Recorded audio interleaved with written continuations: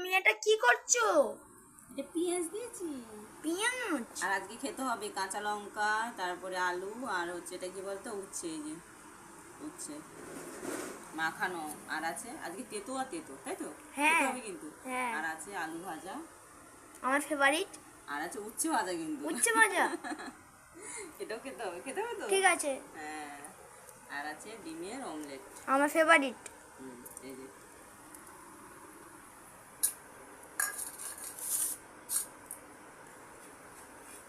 এটাও খেতে হবে। এটা হচ্ছে পেঁপে আলুর তরকারি। ও, তুই জানিস তাহলে? হ্যাঁ আলুর দম হয়, এটা যে পেঁপে আলুর দম, তাই তো? হ্যাঁ খেতে হবে, না খেলে শরীর ঠিক থাকবে না, সবজি খেতেই হবে, তাই তো?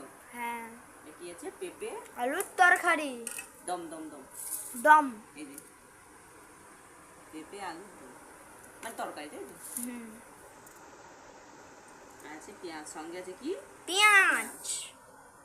তেতোটা দিয়ে আগে ভাত খেতে হবে, তাই তো বাবা? হ্যাঁ।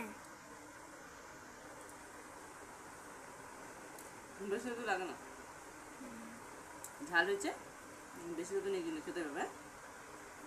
খাবি তো? হ্যাঁ। কিনে নিবি। সবাইকে টাটা।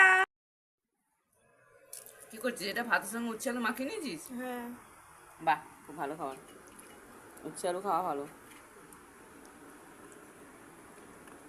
খেতে পারবি? না। উচ্ছেটা খা।